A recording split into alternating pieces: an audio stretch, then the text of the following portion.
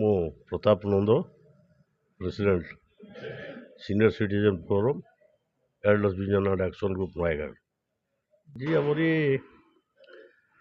ଏକ ସାଧାରଣ ସଭା ହେଇଥିଲା। ଏଥିରେ ଆମର ପ୍ରତିଷ୍ଠାତା ସଂଘର ଡକ୍ଟର ଅରୁଣ ସାହୁ ମୁଖ୍ୟ ଅତିଥି ଭାବରେ ଯୋଗ ଦେଇଥିଲେ। ତାପସ ରଞ୍ଜନ ପାଢ଼ିଆ ଆମର ଯୁବ ଶିଳ୍ପୋଦ୍ୟୋଗୀ ଆମର ସମ୍ମାନିତ ଅତିଥି ଭାବରେ ଯୋଗ ଦେଇଥିଲେ।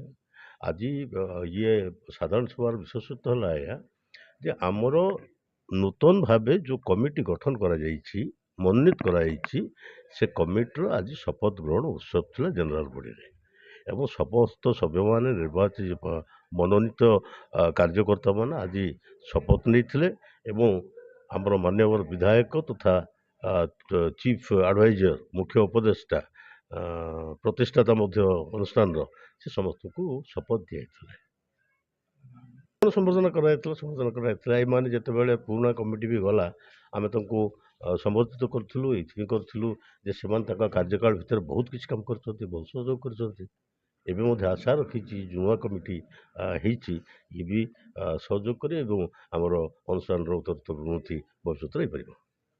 ତାଙ୍କ ବକ୍ତବ୍ୟରେ ସେ ତ ସଦାବେଳେ ତାଙ୍କର ପ୍ରତ୍ୟେକଟି ଶବ୍ଦର ଉପାଦେୟତା ରହିଛି ଏବଂ ଆଜି ବହୁତ ଗୁରୁତ୍ୱପୂର୍ଣ୍ଣ ଏବଂ ହୃଦ୍ବୋଧ ହେଲା ଭଳି କଥା ଗୁଡ଼ିକ ସେ କହିଛନ୍ତି, ଯେଉଁଟାକି ସମସ୍ତ ସଦସ୍ୟ ତାକୁ ହୃଦ୍ବୋଧ କରିଛନ୍ତି ଏବଂ ଆଗାମୀ ଦିନରେ ତାକୁ କାର୍ଯ୍ୟରେ ଲଗାଇବା ପାଇଁ ମଧ୍ୟ ମନେ ମନେ ନିଷ୍ପତ୍ତି କରିଛନ୍ତି।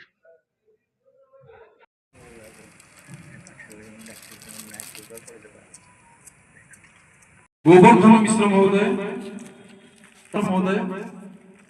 ତାପରେ ଅଛନ୍ତି ଲୋକନାଥ ପ୍ରଧାନ ମହୋଦୟ, ପ୍ରଧାନ ମହୋଦୟ, ତାପରେ ଅଛନ୍ତି ବାଳତୀ ସତ୍ୟନାରାୟଣ ପାତ୍ର ମହୋଦୟ, ତାପରେ ଅଛନ୍ତି ରମେଶ ଚନ୍ଦ୍ର ମହାନ୍ତି ମହୋଦୟ।